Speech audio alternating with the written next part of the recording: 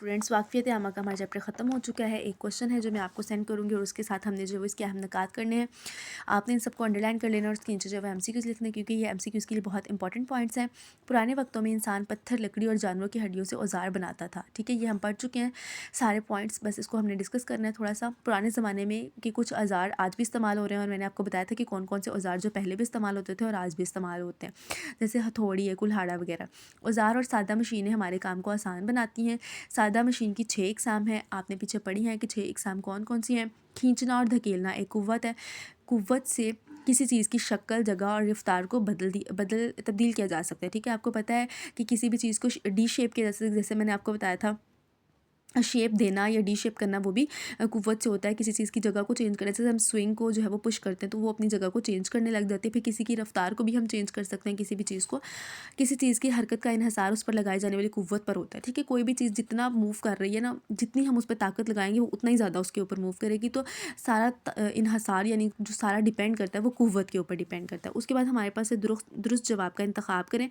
पुराने ज़माने में डैश के औजार इस्तेमाल किए जाते थे। तो आपको पता है कि पुराने ज़माने में पत्थर, लकड़ी और जानवरों की हड्डियों की, तो यहाँ पे हम पत्थर को टिक करेंगे। औजार को डैश से करने के लिए इस्तेमाल किया जाता है। काम जो है वो आसानी से करने के लिए इस्तेमाल किया जाता है। रस्सी और नालीदार पहिया पर मुश्तमिल सादा मशीन को पुली कहते हैं। ठीक है, एक सलाख पर मुश्तमिल सादा मशीन जो है वो लीवर होती है। भारी अजसाम को ऊपर से नीचे लाने के लिए हम पुली को इस्तेमाल करते हैं। ठीक है, नेक्स्ट हमारे पास है, इब्तदाई ज़माने में इंसान हर काम हाथों से करता था। तो टेक, हर काम जो है वो इंसान अपने हाथों से करते थे तब। लोहे की दरियाफ्त से इंसान की ज़िंदगी पर कोई फ़र्क नहीं पड़ा। तो ये क्रॉस, क्योंकि लोहे की दरियाफ्त से इंसान की ज़िंदगी में बहुत असर पड़ा है। बहुत सारे काम आसान हुए हैं, बहुत सारी चीज़ें लोहे से बनती हैं। मशीनें हमारी ज़िंदगी को आसान बनाने में कोई ख़ास किरदार अदा नहीं करती। तो ये भी क्रॉस है। मशीनें हमारी ज़िंदगी को आसान बनाने के लिए बहुत अहम किरदार अदा करती हैं। तांगा बहुत पुराने वक्तों में भी इस्तेमाल होता था। ठीक है, टेक और कुव्वत से साकिन अजसाम को हरकत में लाया जा सकता है। साकिन मतलब जो चीज़ स्टॉप है, हम उसको हरकत में ला सकते हैं कुव्वत लगाकर। नेक्स्ट हमारे पास है कॉलम।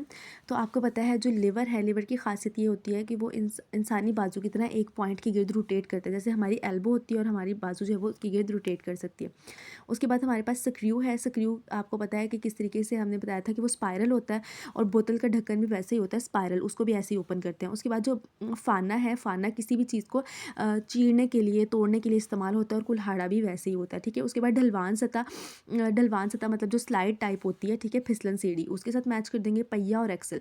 पहिया और एक्सल, जिस तरीके से पहिया घूमता है, दरवाजे का हैंडल भी जो है वो इस तरीके से घूमता है। तो ये आपने मश्क जो है वो याद करनी है और इसके साथ एक क्वेश्चन है वो भी मैं आपको सेंड कर दूँगी। Thank you for watching.